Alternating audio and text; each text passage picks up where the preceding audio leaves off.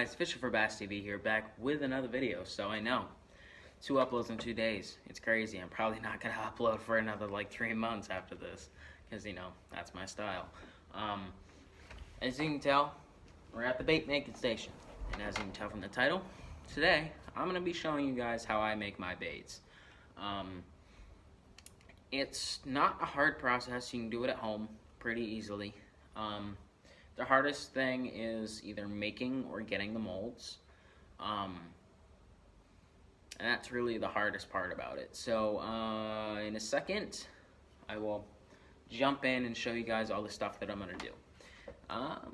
Yeah, let's do that. So these are the 2 molds that I'm gonna be using today. So this one is like a mini, it's one of the Yum Dingers that are the smaller ones. The shorter ones are like 4-inch or something like that.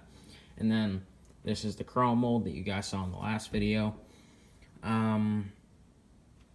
So yeah, we're gonna be making some of those, and hopefully if everything plays out well, I'm going to be fishing with those later in this video, and hopefully we can catch some fish.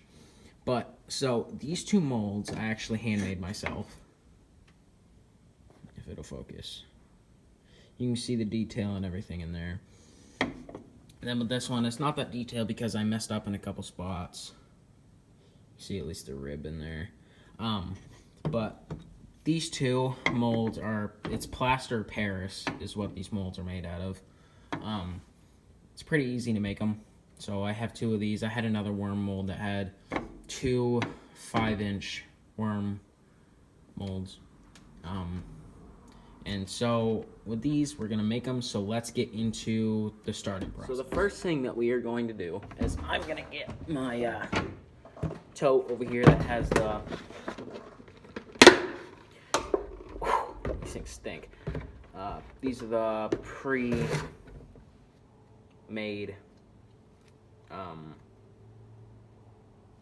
thingies that I made. But yeah, so the colors that I'm gonna be doing today are gonna be the black and red flake with dark green.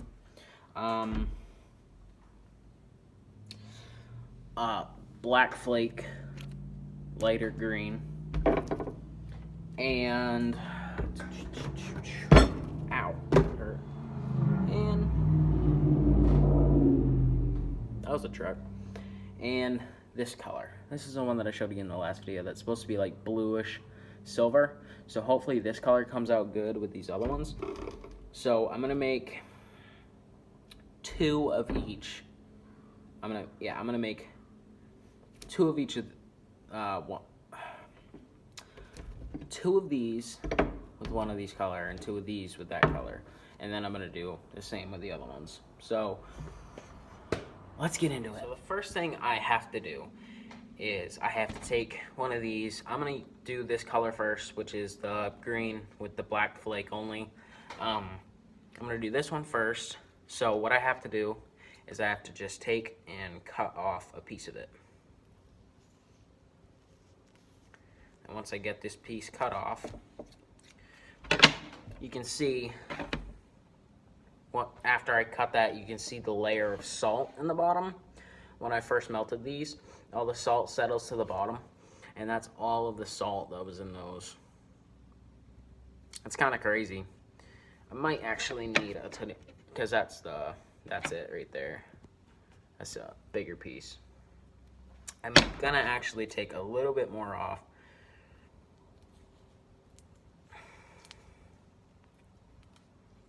There we go. I used a little less than half of this. And then I have my glass. You want to use glass. You do not want to use plastic or anything that can melt. So I have this. I take these. I'm going to cut them up a little bit more. Let me prop you guys up back here. I'm going to cut those up a little bit more. Like this. Cut them up into littler pieces. These scissors aren't very sharp, as you can tell.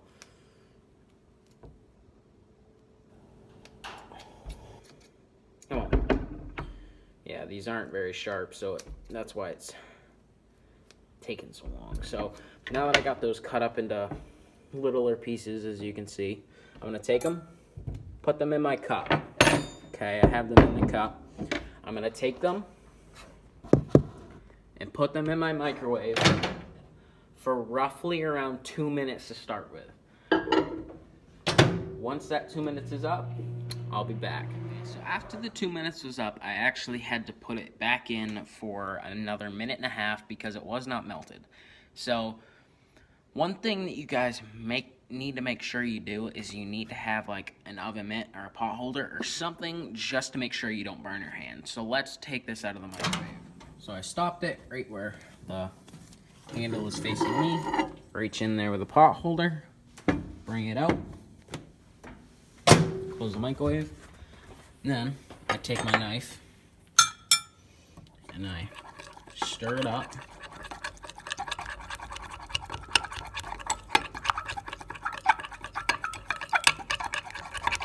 You can see the black flake in there. Okay, now that that's all stirred up, I let it mostly drip off the knife. There we go. Sure it's not gonna drip. Put it in a spot where it can drip and not hurt anything. I'm gonna pour them now. So, when you're gonna pour, you want to make sure that you're not gonna get it on you. That's for sure. If you get it on you, you are gonna hurt. Okay? I've gotten bad blisters before from this. So, I'm gonna pour it into the mold.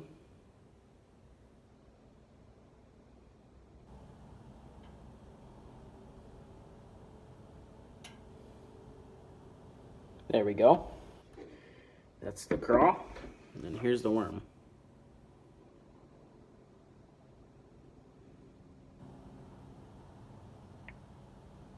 There we go.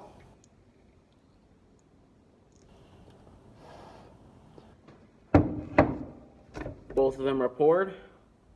This one I'm gonna put on the oven mitt because it sweats because of how much shallower this one was. I didn't have much plaster Paris loft when this one was made, so I had to make it shallower so it sweats. So I'll show you what these look like. Right now while they're sitting, that's what they look like before they're dry and taken out. So I will catch you back when those are dry. So right now I'm gonna pull the worm out of the mold. I don't know if the craw is done yet, but I'm gonna pull the worm out. It comes right out, super easy. There we go. There it is. You can cut that excess off. I will do that in a second, but the craw's done enough. I'm gonna pull out the craw too. The craw's a little more complicated. Gotta pull like this, and then once you get it to here, gotta wiggle so you don't tear it. And then once you get to there, you just pull like this. And then once you get here, you gotta pull on the claws gently to wiggle them out of the holes. That way, you don't rip them off. Do the same with the other side. There we go. And here